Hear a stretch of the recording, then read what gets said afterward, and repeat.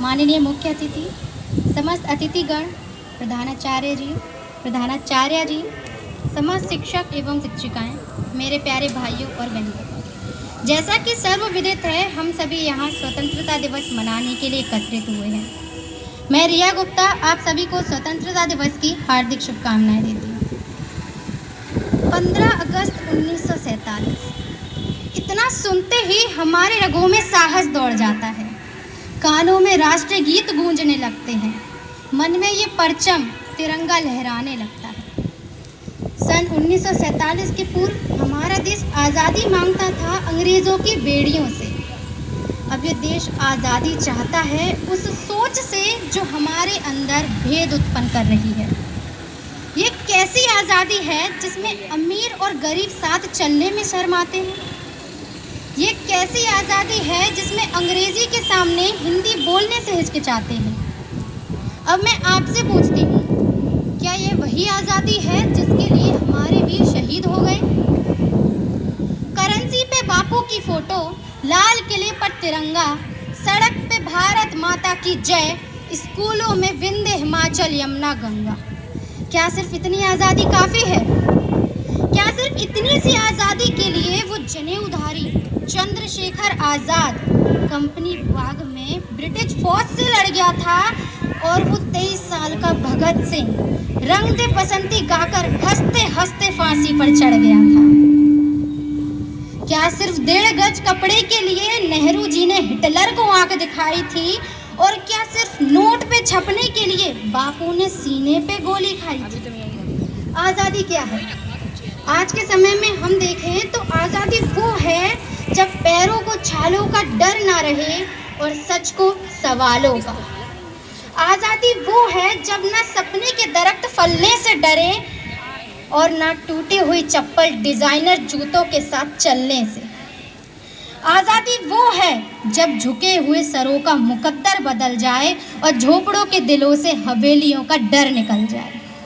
आज़ादी वो है जब हौसले की चिड़िया बाधाओं का पिंजड़ा तोड़ दे और का खा गा ABC से हिचकिचाना छोड़ दे।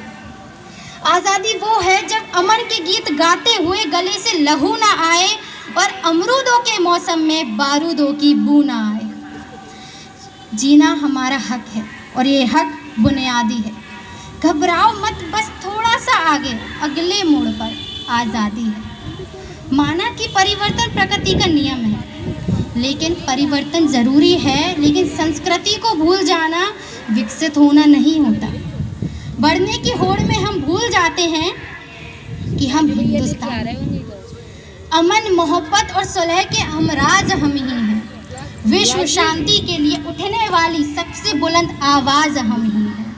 देख लो हमारा इतिहास उठा के, 5000 सालों में हमने किसी पर हमला नहीं किया, कहीं जंग का कहर तोड़ा नहीं, लेकिन किसी ने हमारी तरफ आंख उठा के देख लिया तो उसे देखने लायक छोड़ा नहीं।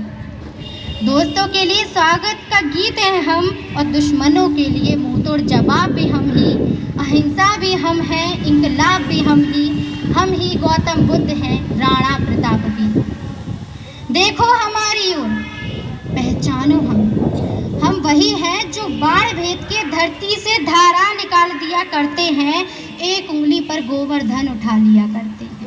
हम ही थे वो दिलेर जो चक्रव्यूह में वापस लौटने की विद्या सीखे बगैर गए, और वो भी हम ही थे जिनके फेंके हुए पत्थर पानी में तैर गए। हम मारना भी जानते हैं, बचाना भी जानते हैं। हम मारना भी जानते हैं और बचाना भी जानते हैं।